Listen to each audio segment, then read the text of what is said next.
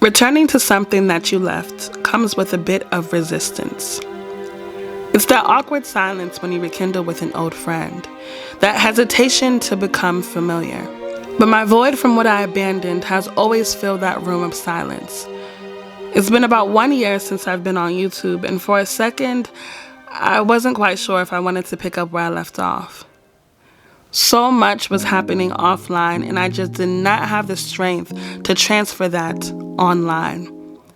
Dealing with my dad in the hospital, realizing my dream career was no longer my dream, finally facing heartbreak, pressure, and so much caused me to turn off my camera.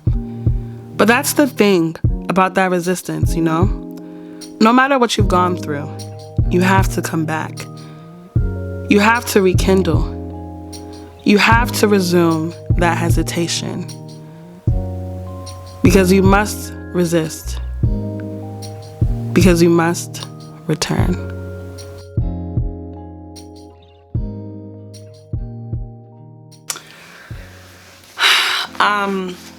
Honestly, I haven't been in the camera for so long that I genuinely don't know how to talk. Whoever I was a year ago is a completely different person now. So whoever you guys were watching years ago is not, it's almost as if it's a completely different person with the same channel. So first of all, I would like to thank you if you are watching this video. If you have been a supporter of mine for a very long time and you've been with me throughout my consistency, I will not save my thank you for the end of the video, but I will give it to you now. To you guys that honestly motivate me to keep on posting or come back to this channel, we're gonna get into the reasons as to why you guys have not seen me for a year. And I don't want to make this too long, so let's go. My job is to somehow make them curious enough or persuade them by hook or crook to get more aware of themselves and where they came from and what they are into and what is already there, and just to bring it out. This is what compels me to compel them, and I will do it by whatever means necessary. The last time I recorded a video was in December, and it's like I'm trying to make sure that everything I say is not necessarily in order, but you guys understand my journey as to why I am where I am now and how I got here. Honestly, around this time last year, two major things were happening in my life, and I was still recording last year and I was still posting. I'm still active with my content on YouTube and Instagram and, like, you know, the main social sites that I use.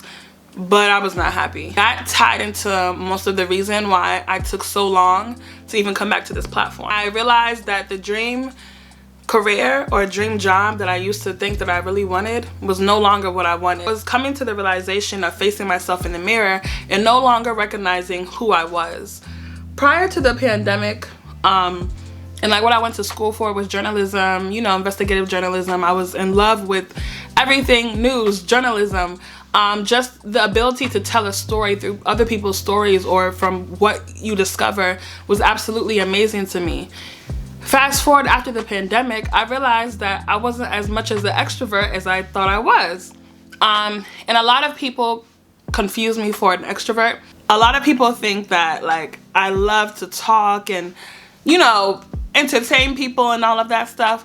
And that was who I was before the pandemic. For some reason, like, I really fell in love with my solitude. As time went on, I discovered that I wasn't really much of a people person. My dream job wasn't waking up at 4 a.m. to go to some station and talk about crime or talking about what's going on.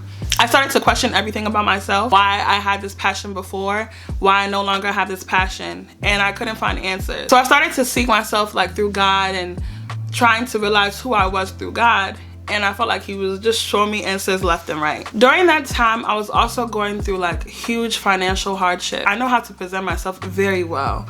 So I could be going through hell and back, but you would think I just descended from heaven. I think I was also exhausted with the upkeep of not being kept. As a woman, as a Nigerian, as a Black woman, just as me, that period was very tough for me. Just not being able to provide necessities that I knew I needed I couldn't even think of picking up a camera when I'm back on so many things. And I'm also going through this crisis where I don't know what I want to do. So now I'm going back to like minimal jobs, like I'm babysitting and stuff like that. So I was so happy with like the child or the children I was babysitting, I was so sad about where I was in life. One thing I'm going to talk about later is how I refused to have joy because of where I was in life. And that is one of my biggest regrets. I just started looking for anything that was related to what I previously did and what I did on social media. Started like venturing into this field of marketing and digital marketing and product marketing and this whole field of marketing. And I was like, wait, Chineke, this is what I've been doing. Like essentially this is what I've been doing. When it comes to UX, UI, like I've been trying to, like this whole time I've been on social media, I've been filling out like my future career. If you're a content creator, you know it's more than just creating content. It's using your analytics and knowing how your reader is gonna digest your information or your content. It's a whole field. So when I started like diving into researching this career, I was like, wow, this fits perfectly into who I am now. From December to spring, that's how long I was applying.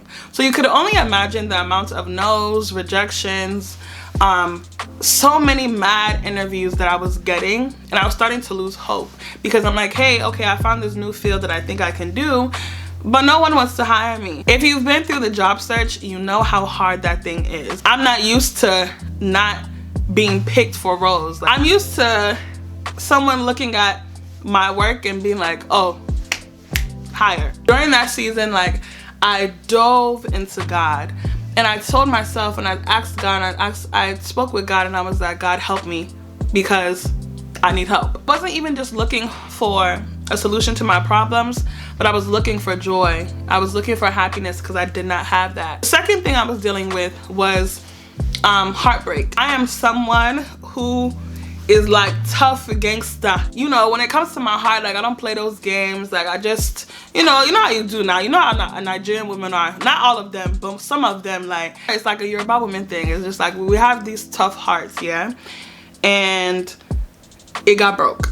I think for a long time, I didn't face the reality of how I felt. Like during this whole process when we decided, you know, to cut things off, because this is not going to be a video where I just start saying shaga shaga or shege, because please I beg, this is not tell all. During that season, like I started to face my song, the reality of what my heart was singing, the reality of not talking to someone and used to talk to them every day, the reality of everything surrounding situations, just the reality of it all. And I found that finally facing that tune and finally facing the fact that I was actually like, you know, I was mourning a relationship. I was mourning a person. I was with somebody. I'm just so used to being this like cold heart, ice cold babe, I beg. And I was just tired of doing that. So I just started to face that music. I started to be like, okay, wow, like so much pressure as a woman, or there's so much we're taught as women to like just, I don't know, like fall head over heels. And even being a Nigerian woman, like we have this pressure to find love. Like everything is around love. Being single is more, you know, it fits guys more. It doesn't really fit us. Like that whole notion, you know? And I was facing the reality of that. I was facing the reality of that's not how I feel. And I just honestly stopped being consumed by love. I love very hard. Like when I fall in love with someone, I give them my all. I make sure they are okay. I want to see them, you know, the whole nine. 2 things to be mindful of. Not to make love an idol or your relationship an idol, because the minute you do that, yeah. And number 2, it's okay to even be a lover girl. There's a lot of us that, you know, say that that's not what we are. And honestly, no one is meant or born to not show love. I was facing those 2 realities, and I was honestly torn between the 2. Like, do I be this hot girl that has no heart, which is what I'm used to, or do I be this person who realizes that I was very much in love with this person and that feeling is gone? I think one thing about breakups and heartache is there's like, you're grieving, but you don't know where to put that grief. And when I say that, I mean like I didn't know what I was grieving. Was I grieving this person? Like, I was confusing my emotions. Do I want this person back? Do I want to go back into this relationship? Do I want to start dealing with this person? Or am I grieving the fact that this person used to be my best friend and we used to talk all day, every day, up and down? Fast forward to March, my birthday month. I was super excited for my birthday, but I wasn't that excited for my birthday because, like I said, I was going through, I didn't have money, so I said, what am I gonna do for my birthday shot? Like, I wasn't excited at all. March, my dad had gotten sick and he was in the hospital. I never questioned God, but I questioned God. And that was a tune that I could not face. The month of March, still dealing with job wahala, actually processing what happened and the stuff ongoing with this relationship, trying to show face for my friends, trying to be there for my friends, trying to be there for myself. My dad is in the hospital and I'm driving from Baltimore to where he is. When I say I was finished, I was finished. I had absolutely no room to feel. I had nothing. I had absolutely nothing. Like, everything was taken from me. Everything was just stripped from me. And I was mentally exhausted, emotionally exhausted. I was still working the job that I was working. But honestly, God was what got me through, because God is God. Something I always go to, like, when I feel sad, is like the story of Job and how Job was going through so much and God took, honestly, everything from him to test his faith and all that. And after all of that, Job asked God, okay, so why'd you do it? You know, but we, looking at the story, know, because some angel asks, would Job be Job if he took everything from him or whatever? But God's answer was basically, because I am God. When you look at that, you know that God is God. God is the one who feeds the birds and takes care of the trees and takes care of billions of people. And in knowing that he does all that, because God is God, I know that I'm okay. I knew that I was going to be okay, because I wasn't going to be in this situation for 25 years. It was just right now. So understanding that the season that I was in was not my forever was the reason why I was able to be okay. Sometimes your season feels like forever, but it is not your forever.